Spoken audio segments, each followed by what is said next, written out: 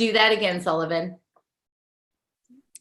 I was doing it for the recording. I'm spontaneous, Barley. I can't be so scripted like that for you to tell me what to do and then just do it. I just have to do it. So I'm not saying that it won't pop up at some time, but woo, woo. There you go. Fantastic. All right. Welcome everybody to the Coaches Kickstart Club call. It is January 16th of a brand spanking new year of 2019. I'm Jen Barley alongside with Karen Sullivan. Hi, Karen. Hey. And we have our wonderful colleagues on this call with us where we're going to be talking about all things coaching. So typically we have the Coaches Kickstart Club call on the third Wednesday of the month at noon.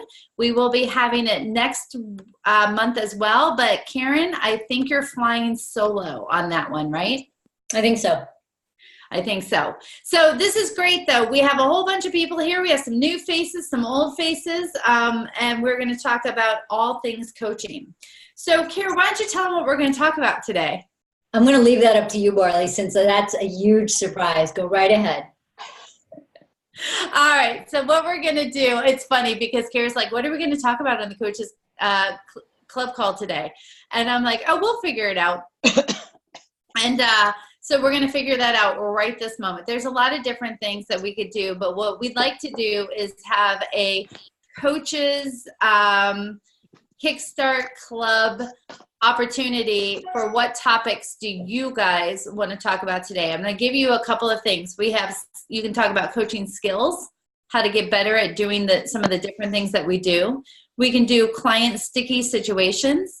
We can talk about business and what it is that might be helpful for you in your business.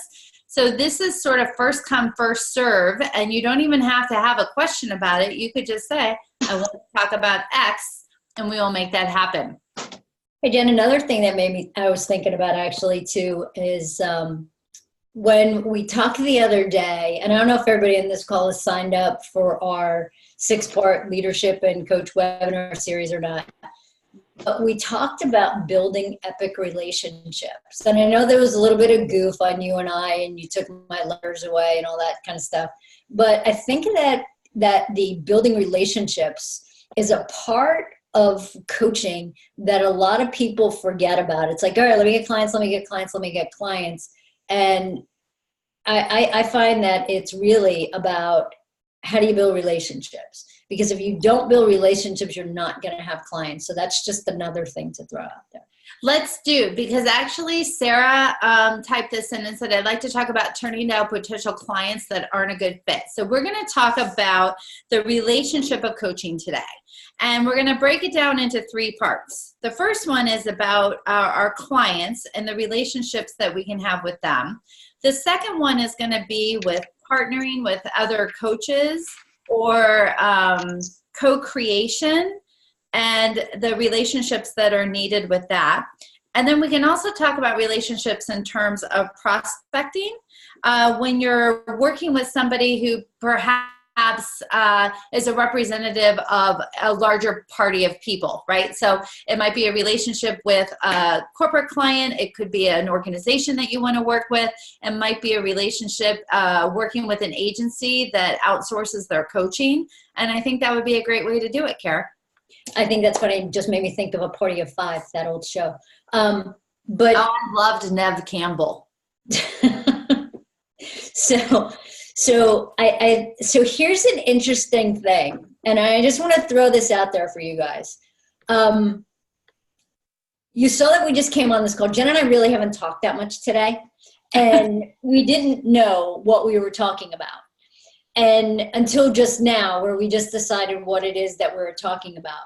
So this is another piece of part of coaching, or part of, if you're going to do webinars or whatever it is that you're going to do, being able to kind of, and I can't believe I'm going to say this statement because I think I made fun of this statement just in a recent email, but it's about how do you dance in the moment and make things actually happen, because that's what we just did. And this is about being so solid with your background around whatever kind of topic it is that you're going to talk about, that if somebody said, boom, go talk about this or lead a discussion around this for 50 minutes, like what is it that you can lead those discussions around? So this too, it's funny because when we talk about planning, obviously you can tell there wasn't a whole lot of planning that went into today. So we're just kind of free falling. And so both of us are insanely comfortable with that. So my challenge to you guys is off the bat, how can you free fall a little more with something? Because it's going to stretch the heck out of you. And just for example, I'll be honest with you guys, in the beginning, Jen and I used to do a lot of these things. I'm like, so what are we going to talk about? What are we going to talk about? And then it's, 20 minutes before, and she's just like, okay, great. Here's what we're going to talk about. And I'm like, and I'm supposed to pull this out of my ass. How? And then seriously. And because I'm like, I don't know, it's the things are in her head, not mine, but it's being comfortable then with just saying, all right, this is the way this is going to work. And the worst thing to do to Jen is to basically say, okay, how exactly is this going to go? Because she doesn't know until right now. And fortunately for me, I'm really, really good at adapting. So it's just, how do I adapt to that? Because she's not going to change. Did that just make sense, guys?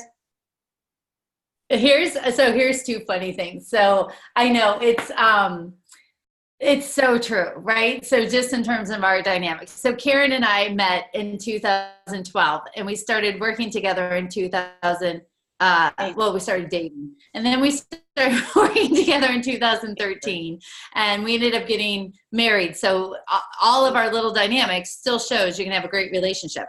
But it is so true, because when we first started out, I would all the time say, oh, just wing it. Oh, you've got this. Oh, you don't need to prep for that. We totally know this. And she'd just be like, that is just not the way that I work. And it's interesting because as we've seen over all of these years, you're totally comfortable working that way now. That reminds me of the other time that you were going to teach this concept, and this was my pep talk to Karen. I'm like, oh, you totally got this. It will be the hardest thing you ever have to teach, but I know you can totally do it. And she's just like, for the record, that does not give me any confidence. So I'm like, yeah, it's such a hard concept, but I totally have faith in you. Yeah, it was great. It was like, this is the hardest thing that you're ever gonna have to do. I'm like, thank you. So yeah, it's just funny, but I do agree with what you're saying here. So we'll break down exactly what we're doing. So this is the call that we're like, what are we going to talk about? Then this comes up with relationships. And then all of a sudden I had to chunk it into 3 categories. So I want you to kind of know how on the fly that's happening. So I said, we're going to talk about relationships with clients. We're going to talk about partner relationships on co-creating work, and then also relationships with one person that represents a group. Now, I had to write all those down as I said them out loud so that we can stay on it, but it's a way to kind of organize and guide the conversation. So we're giving you a little bit behind the scenes. Okay, let's do this. I want to find out, Erica raised her hand, so I wanted to see if she had something she wanted to add in, or maybe she did that with topics. We'll see how it blends, and then we'll start talking about relationship with clients. So Erica, what do you got for us? I was curious when you said I have 2 things. One, I was curious when you said, okay, it's going to be in 3 parts or whatever. I got 3 things. Did you know the 3 things when you said there are 3 things? Yeah. Yeah. So that's another great tip, right? Is I knew a director once, and she would, like, when things were going awry on stage, she would stand up and say, I know how to solve this. And she didn't at the moment she stood up, but she said the idea will come between, like, as I walk to the stage, And so it's like you did that. You were like, and there's something really reassuring to all of us that there's 3 things. Yeah. So that was really cool. So hold that thought, because I know you have another one. So I'm going to share a tip, you guys, and this works with clients and it works with presenting. When you give somebody a number, they will rise to that number. So when I am working one-on-one with a client and I say something like, well, what are some options you have? They'll often say, I don't know. I don't have any options. I have no clue. When I say, tell me 3 options you have, they will at least give me 2. It is a tried and true trick. Every time you give them a number, they will at least go to 1 below it, if not hit the number. Now, you can't have, like if I was to say to you guys today, well, there's 17 parts that we're going to cover, I would never be able to rise to that number. So I have to think, we only have 50 minutes. How much time do we really have? What's the right number with it? So that's one of the things I agree, Erica, is just saying, well, we're going to break it into 3 parts, because here's the deal. If I was said, we're going to break it into 3 parts, here's part number 1, here's part number 2, and then I'm like, shit, I don't have a 3rd part. This is what I do. You know what? And thinking about the time that we have, I think we'll just have time to cover 2. There's always ways to kind of look at that. That's a little maneuver your way out of a situation. So great observation and asking that question about, did I know them? But then I just kind of go with what I know. Okay, next part of your question. And also, Jen, just to jump on that for a sec too, when you pause between 2 and 3, my thing right there is you're trying to think of number 3. So I was going to say, hey, Jen, listen, why don't we just see what we have time for? So that's also, guys, if you're going to work with people, I mean, yeah, we really know each other, but you need to know each other's like nuances. You need to be able to know which way each other's going and how you can jump in when you can tell that somebody's got something else going on. Love it. Good point. All right, Erica, what was your second part? My second part, well, I just wanted to affirm, like, you guys are so great at that. And 3 is great. Like, you know, in 3-act play, 3, there's something about it that works with the human brain. If you study storytelling or theater, like, you're spot on. Like, 2 kind of puts things like this against each other, and 3 is like, oh, okay, just the right number. They do that in interior design as well. It's about grouping objects in 3s. Random trivia that you may or may not care about. Go ahead, Erica. Okay. All right. Yes. Photography. Yeah. All right. We're going to talk about some, I wanted to actually, you're going to fit this into one of your 3rds, so all of our brains stay happy, but maybe it'll fit into your last one about how do you like schedule or plan for relationships? So how do you work that into like your actual nuts and bolts of, this is part of my business, as opposed to in addition to whatever random serendipity you do it. But how do you take it seriously in your business besides personality and serendipity? Perfect. Awesome. We can totally put that. And I do think it kind of goes into all of them, depending on how you look at it. But I think we'll be able to give some really good tips, because Karen and I definitely sometimes, that was funny. We definitely sometimes do a lot of planning for relationships, and we'll share some of our best tips. And there's other times that we're like, oh, here was a missed opportunity. So we'll share that. Okay, so let's go ahead. If you guys have anything else about relationships you want to type in, feel free to do that. But let's talk about our first section that we wanted to cover, which is about clients. And that really got inspired by Sarah saying, I'd like to talk about turning down potential clients that aren't a good fit. So let's toss this out. How do you guys know if somebody is not a good fit as a client? What are some of the things? You can type it into chat or just unmute yourself and share. But what are some of the, we'll call them yellow flags or clear-cut answers about, I'm not sure this person is going to be right for me? What comes to mind? Okay, good. David says body language. Devin says, I'm not excited about working together. Sarah says they show a lot of resistance to coaching. Excellent. Just seeing if any others are coming through. Rena says somebody who wants to be fixed. Cynthia says my gut. Excellent. There's myriads of reasons of why clients aren't sometimes a good fit. What about for you, Kara? What are some things that have come up for you that you just said, I'm not doing it? Too high maintenance. I love autonomy. I love being able to create. I love being able to free fall. And I hate when people need too many meetings to put me in a box to get to an outcome that I don't even think is going to really work. But yeah, high maintenance people, I'm not interested. If you have to have like 3 meetings before we have a meeting to actually have a meeting, call somebody else. I'm not interested. Cool. Good. I'm going to add to the list. We have some more coming in. Sarah says they aren't there because they want to be, right? So sometimes it's personality. Sometimes it's actually what they want coaching on. Doesn't interest me, isn't engaging, isn't a topic I'm interested in. Some of it also could be the whole process and the navigation of getting to, call it a discovery call, or are we fit for each other call, or whatever. Then the other thing that can happen is you might be 2 sessions in with a client and say, they're not a good fit for me. That happens, right? So it could be that they're not ready to get out of their own way. They need a different modality than coaching to actually help them. Some things will get unveiled a little bit after maybe the sessions have even started. Beth says, I've tried to work with people and then my gut says no to, and it has not been a good experience. And I'm going to agree with that. If you're like, should I, shouldn't I? Usually when you do, I want to say 9 times out of 10, you're going to get validation that you shouldn't have, right? So here, go.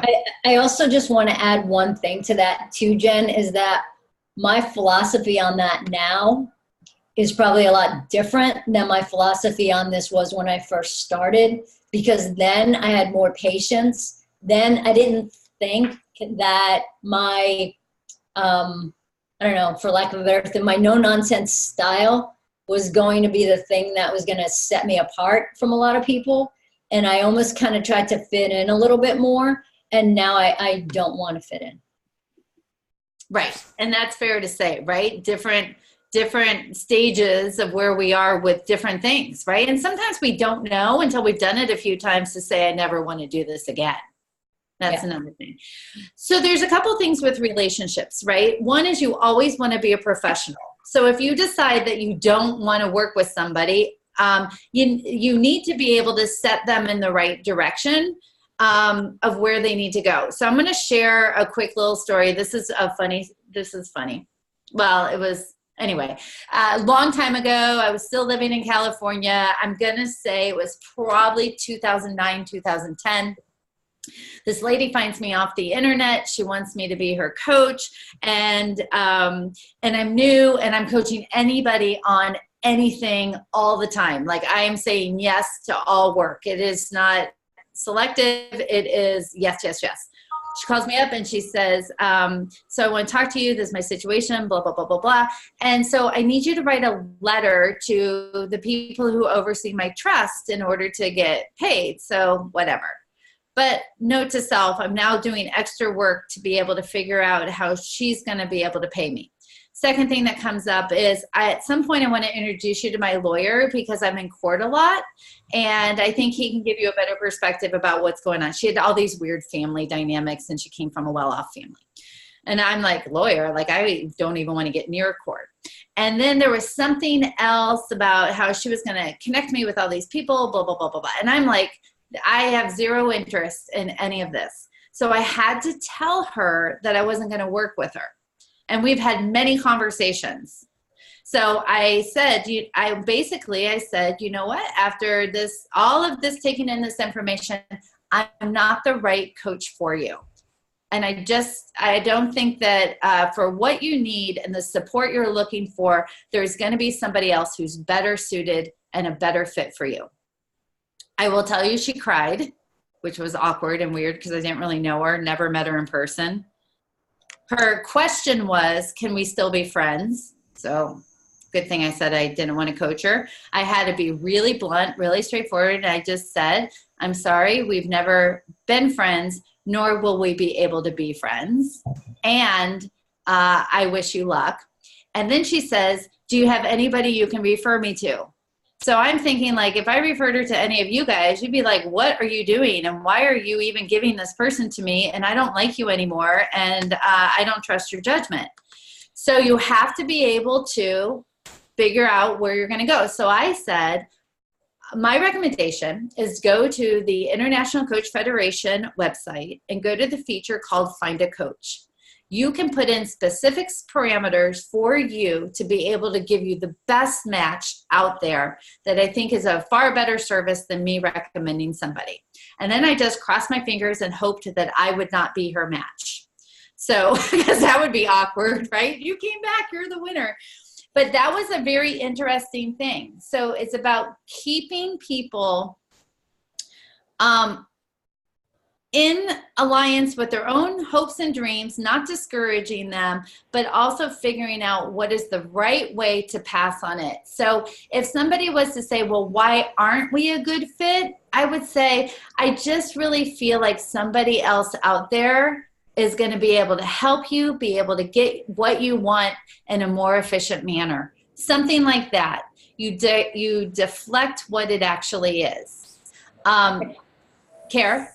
I was going to say too, and it's about, being professional and being honest, right? So I don't really think that we should continue our work together. And, my gut's telling me that we're not such a great fit. So I don't think we should move forward. And in that, after that, something along the lines of, I think that the best course of action is just to end this, because something that you just said, Jen, made me think of something. So here's the thing. I would say it just seems like this relationship has been kind of forced. It feels not right to me. And when that happens with two people, it's just not it's not a way to set this up for success. So kind of like the no hard feelings, let's just wrap this up. And I don't want to say cut your losses and bail, but just to back out of it that way. But I want to make sure that they know that it's just, hey, something's not right. And if you want to say, hey, maybe it's me, but it's whatever it is that you want to say, just short, sweet, to the point, and then just be done. Love it. The other tip is, let's say you're in a few sessions and it's time to get out, or you want to check in on the relationship. A great way to do is to say, before we start coaching today, I'd love to be able to have a conversation. How do you think things are going? What's working for you? Can I share some observations? So it's about sort of redesigning the alliance of the partnership outside of the coaching, because then it might be you have to clear something up. It might be that they have a question for you. It might be that they're not feeling comfortable about something. It might be that you're not feeling comfortable. But being able to say, before we start coaching, I just want to do a check-in, because I feel like there's something going on, and I want to see how you're feeling about things. Being able to have those conversations and those straightforward conversations is a great way. You could even say, you know what, I feel like things are going well, and I also feel like we're leaving something on the table. What could make this relationship even stronger? So part of it is working on the relationship after you've already started. That happened to me. This is another long time ago. I was meeting this dude in person, and I was working harder than he was on his challenge. I was reading books about his topic, and he would answer everything with, I don't know. So before every session, I'm like, oh my God, what am I going to do? And I'm reading this book, and do I get an exercise? And I was just totally in fix-it mode. I want to add value mode. And your number one clue is, if you are working harder than the client, something's off. And I had to say, how do you think things are going? I feel like things feel strained, and you're not getting what it is that you want out of coaching. He totally agreed. I offered to refund the money for the remaining sessions, not for the other two, call it a loss, or call it good kind of thing. He actually said, nope, keep the money, you're good, and let's go our separate ways. But we had to bring it up, because that energy that I had around the sessions, I hated them. They were draining me. It was awful. And so I had to be able to talk about it. So part of the relationship you have with the client is around managing expectations, what's working, what's not, and what it is that you want to do differently. So that's going to happen through the do we want to work together process, and it's also going to happen with we are working together process. Anything to add on that, Care? No. Are you sure? There was a little hesitation there. Yeah, no, I'm good. Okay. Let's go to number 2.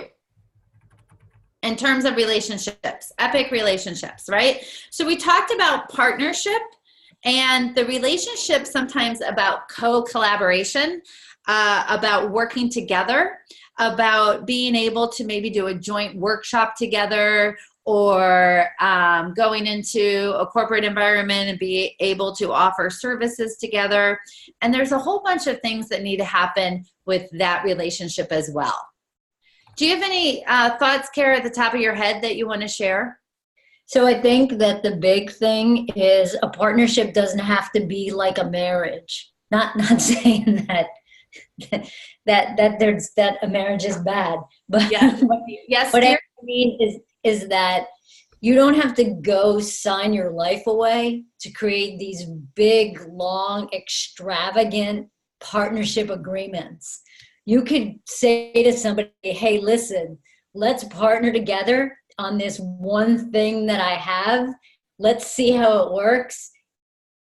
And how do we want to do it right from the beginning? But a lot of times what happens, people think it has to be this big, long, elaborate thing, and it doesn't. So my recommendation on this is my first recommendation. Don't make it bigger than it is from the beginning, because you might do it once with this person, say, I'm never going to do this again. And that's okay. I love it. Start small, build from there, right? Yeah, so we all love ideas and possibilities and collaborative energy and being able to, oh my God, we could just have huge impact together in the world. And then it's about how do you break that down? So the relationship there, what Karen and I have found, it's about identifying what are the expectations. So if you're thinking about partnering with somebody, write down who's the ideal partner. What would they bring? What would they do? What's their energy like? How would you work with them? How would you collaborate? Like, regardless of putting a name on it, like, oh my God, I want to partner with Jim. Just say, you know what, in general, so that you have a checklist to be able to compare to. And this happened to me way back long ago. I'm pulling all these old stories, but there was somebody who wanted to partner with me, and I just didn't like their energy because it was so focused on how much money can we make, how much money can we make, how much money we can make. And as Karen can tell you, I love money, but I don't like to be driven by money. I like to be driven by vision, and the money follows. So it was not a good fit for me because I didn't feel like we were really creating what was going to be useful if we were focused on the money. So that became part of my checklist of partners. This is actually well before Karen's time. It was probably 2009, I think, is when that happened. And then I just had a partner kind of checklist of being able to look through to see. The other thing is that when you do figure out what are the roles and the responsibilities of both people. And then Karen, maybe you want to share about designing an alliance with that person about how you want the relationship to go. So set it up ahead of time, right? What are the expectations? What's the kind of atmosphere that you want to create? And basically you got to find out what's important to both people. And then what you also want to make sure that you do here is not just figure out, okay, great, what's going to be ideal for both people? It's figuring out, okay, so what happens when things go south? So when the two of you are working together and there's some kind of weird energy or there's some kind of conflict or whatever, what is it that you guys are going to do about it? And you set this up ahead of time, because if you set it up ahead of time, then you don't have to be in the moment being like, okay, I'm pissed off at you, you're pissed off at me, so then let's have this pissing match. But you can go, at that point, you can go, hey, remember when in the beginning of this relationship, we had this conversation about what we want to do when things go south, or what we wanted to do when things are a little wonky? Hey, let's figure out what it is. Remember we said we were going to still respect each other, we're still going to listen to each other, we're still going to make sure that we gave each other time to talk. those things. I really want to make sure we stay plugged into that now. Love it. And then also, how are you going to check in, right? So the 3 parts of an alliance are how do we want to be with each other, or what are our core foundational principles of this relationship, or what do we want the atmosphere to be? Answers are honest, creative, collaborative, kind. I'm just making up words, right? So that the second part Karen mentioned is, what do we want to do when things get south? Go south. They don't get south, y'all. They just go downhill. So what do we want to do when we're off track, right? And then how do we want to check in with each other on this relationship? And that is setting the alliance for that conversation to be able to come forward. The other part, expectations. Who's going to do what? Is one person going to do networking and somebody else going to write content?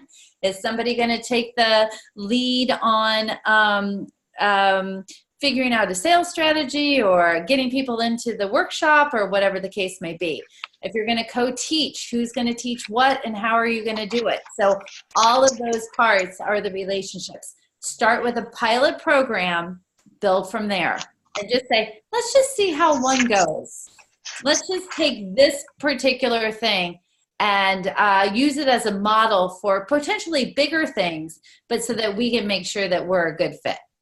You know what, too, Jen, this is, I mean, and this can be for anything, guys. Jen and I partner with different people a lot of times on different things. Like if they have something that's a little bit too big for them, or they know something that's really in our wheelhouse as far as experience goes, and we can do the thing upside down, inside out, backwards and forwards, they'll ask us to partner with them for that one thing. So then we figure out, we set up an agreement for that one project. How is it that this is going to work together? Making sure that we all really do understand each other. And Jen and I we tell people from the beginning, listen, you're not going to get a whole lot of, how do I want to say it? You're not going to get what? No, never mind. Go ahead. You're not going to get a whole lot of information ahead of time from us. Like we'll have some meetings, but then it's just like, okay, great. This is what we're talking about. And the big thing for us, and I'll be honest with you guys, a lot of times people are like, okay, so where's the facilitation guide? Or like, here. Because we just know what it is that we want to say. So sometimes it's helping people that then get out of their own comfort zone because they want a lot of material that we don't have. So it's like, okay, great. If you want to partner with us, you got to trust us here, and we will make sure we're going to set you up for success. But it's almost like how I talked about in the beginning. It's like we almost push people out of their comfort zone because you're not going to get a lot. You're not going to get a big manual that says, stand up now, ask this, pause here. You're going to get, all right, listen, hey, here's some bullet points. Here's the things we're going to hit. This is how we're going to hit them. So I think that partnerships are a great thing to help you grow. And partnerships are a great way to build other relationships. Partnerships are a great way to get yourself out there a little bit more. I'm totally cracking up because Erica's on this call, and Erica knows this almost better than probably anybody on this call. So we're doing our Get Real leadership and coach training program, and Erica's in it. And Erica is fantastic at energy breaks and short little exercises that build awareness that you can build upon. And so we're kind of teaching people how to be able to do that. So I just go up to Erica and I'm like, Erica, do you got like a 10-minute activity you could do on values or something? And then she's like, okay, what else you got for me? I'm like, that's it. And then she's like, okay. And I'm like, and I'll be right by your side, right? So then Erica would go to her database of amazement and be like, okay, I could do this and do this. She'd be able to stand up and do it. And then we tie in the threads to what we were learning and how that was happening through it. But it's funny because I'm laughing, Kara, because Erica has seen this probably far too many times in the way of doing it. But she also keeps saying, I'll keep showing up. It works okay, even if in the moment. Probably, Erica, do you want more information? It's just like you said, it's getting to know, like, oh, this is the game we're playing, you know? Like if this is the game we're playing, okay, I can play that game. And just like to be able to read when you're like, just do it. I'm like, okay, what does just do it mean? I need to have that conversation at least once. Well, and here's the cool thing. So because we've done this with Erica several times with different exercises at different parts of weekends and stuff, we're able to talk about it sometimes when we have more space to. Like in the moment, I'm like, oh, this is what we need to do and go. And then afterwards, it's how did that land? What do we want to do differently? Here's what I love that you did. Here's a question I have for you, Jen and Karen. Like, so there's still time to be able to do that. But it's also knowing, Erica knows that when she works with us, that's what she's signing up for, right? So it's fun. It's just an interesting way. We've had fun with it. Okay. All right. So that's a little bit about partnerships, which is good because Erin did type in here that she may be partnering with a fellow coach soon, and she's a new coach and she's finding these tips to be helpful. So I think that's great, and to be able to talk about these things. Let's talk about our care. Also, guys, we're not saying to have partnership contracts, and we're not saying not to have partnership contracts, but you need to do what's right for you. The partnerships so far that Jen and I have been involved with people, it's a handshake. It's a, hey, this is what you're going to do. This is what we're going to do. This is what we promised to do. This is what you promised to do in a conversation. And then, okay, here is, here's the split, for lack of a better word, of how the money gets split. But the ones that we've been doing or just for those one-shot deals have just been on handshakes. We don't have big, long agreements. And we kind of like it that way. Yeah, and we haven't, and it's worked out okay, right, for all of them. So yeah, we have sort of a thought about agreements and contracts and things like that we definitely are. We are solid in the integrity that we have to what we say, the ability to clear up confusion when there is confusion, and always to have things be a win-win, even if that means the win-win is not working together anymore. Yeah, right? We're totally okay with walking away. Yeah, yeah. Okay, so the third part of this epic relationships discussion that we have is going to be about working with a prospect who represents a group and how to build those relationships. So this could be somebody within an organization that then you talk to that brings you in. It could be a coaching agency, so to speak, that you have one point of contact that you need to have a relationship with, then they sub you out to coach.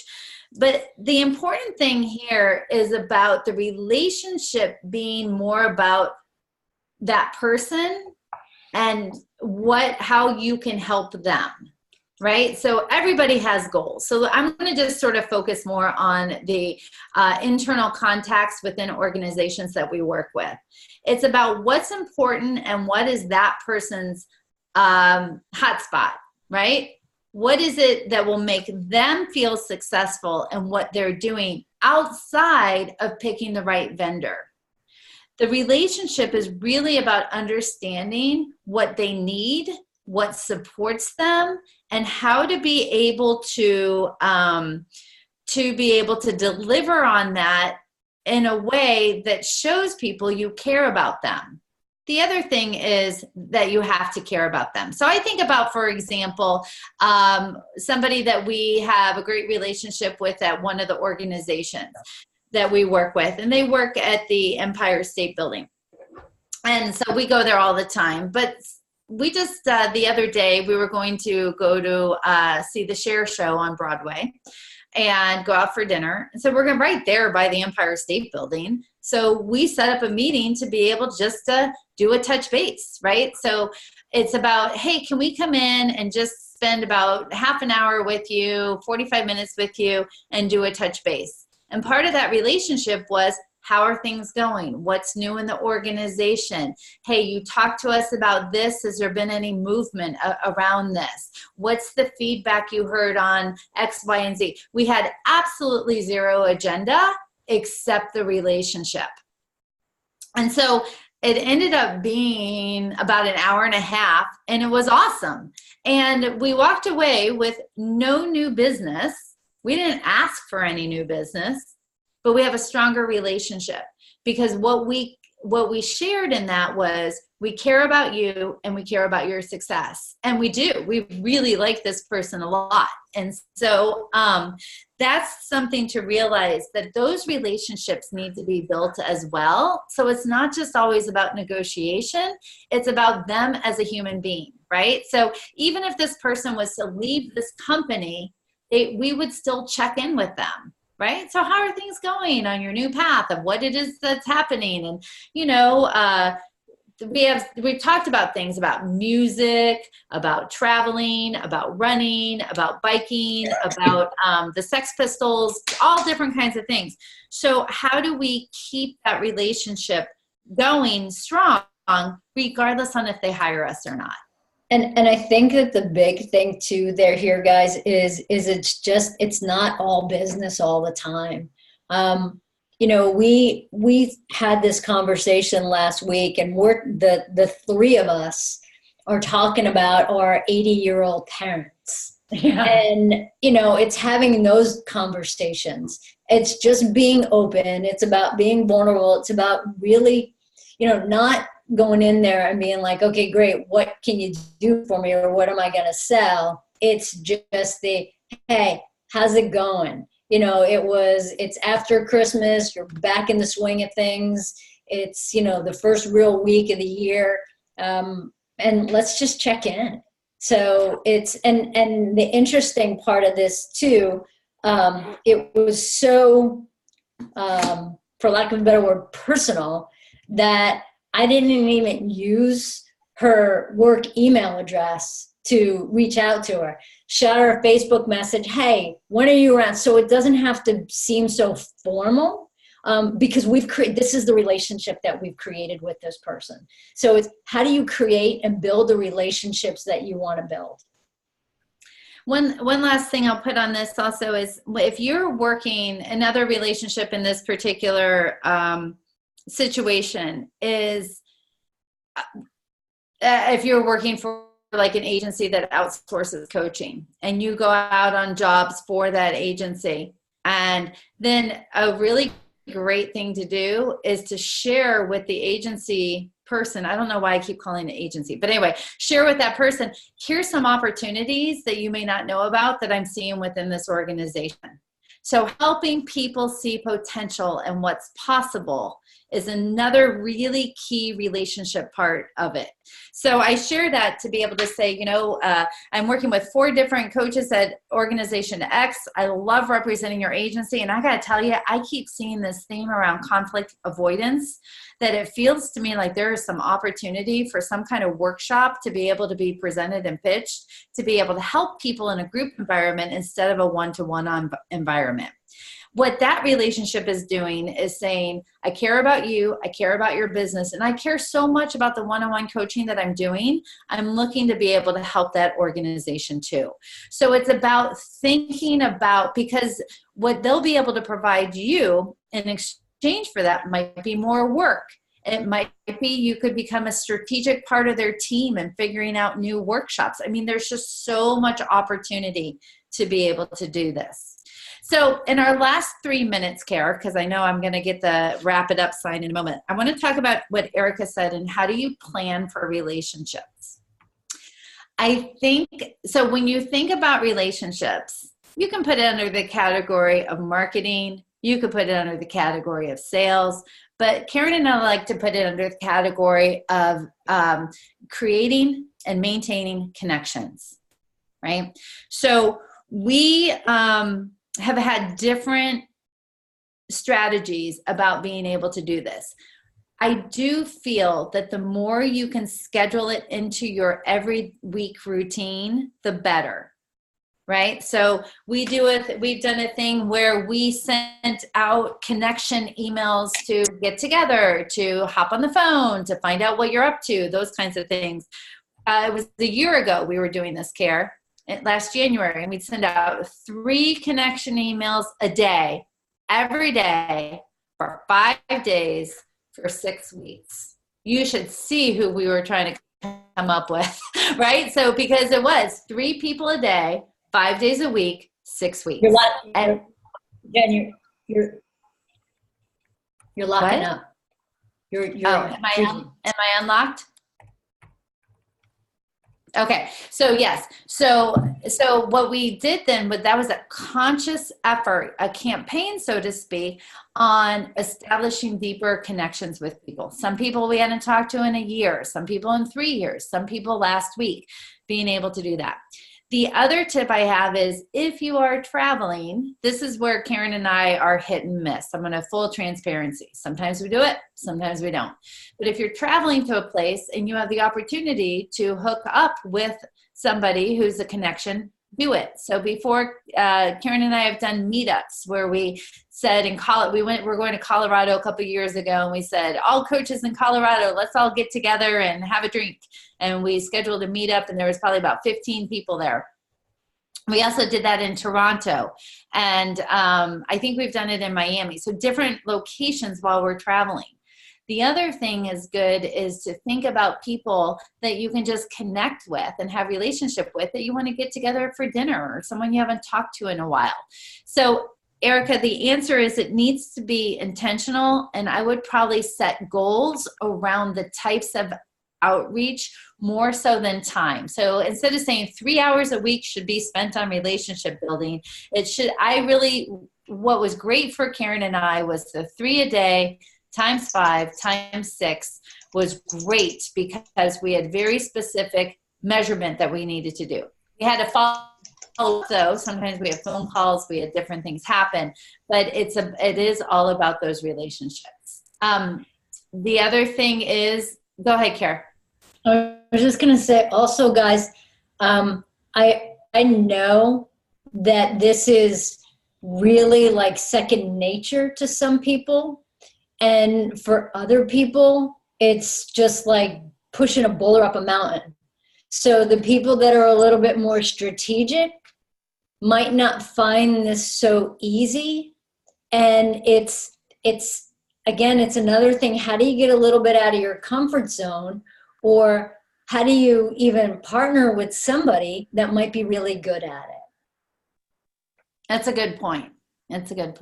But relationships are so important, right? For so many reasons, for us to feel connected as human beings, but also for business and for opportunities. And people may need our help, and we may need their help. So figuring out what that actually looks like.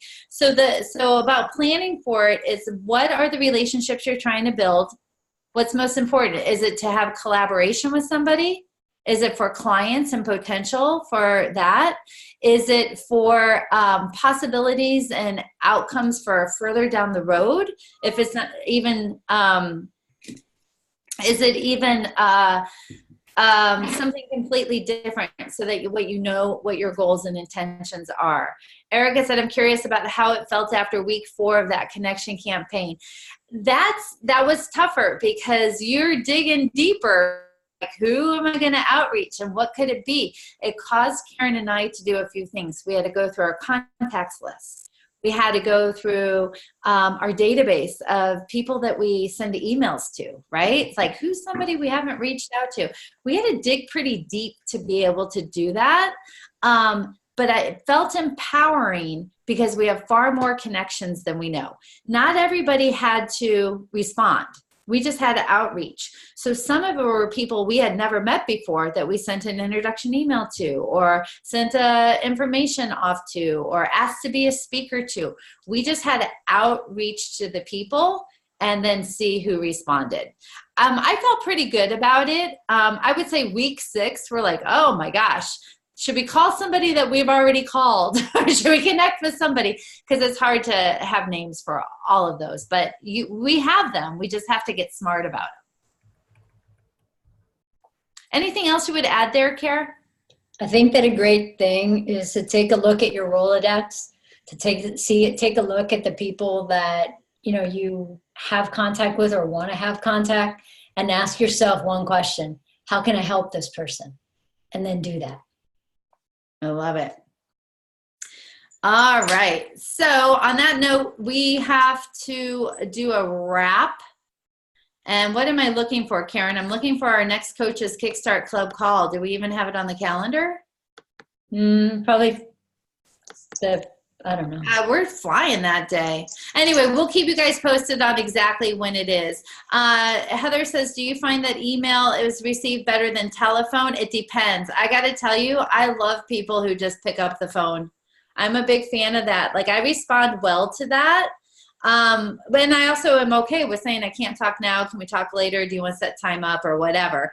But I find that it depends on the person. It depends on the relationship. So our next Coaches Kickstart Club call is February 20th. What kind of day of the week is that, Kara? Wednesday. It's a Wednesday. Okay, good. Good.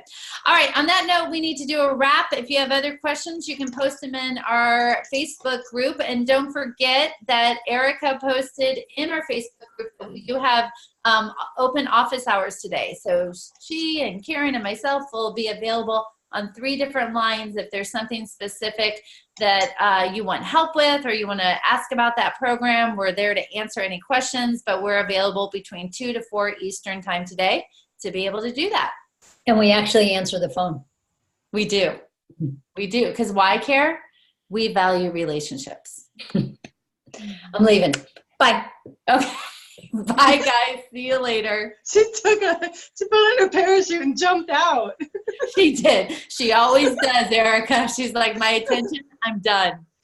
See you guys later. Bye. But you did a great job. You ended the call before she did the thing.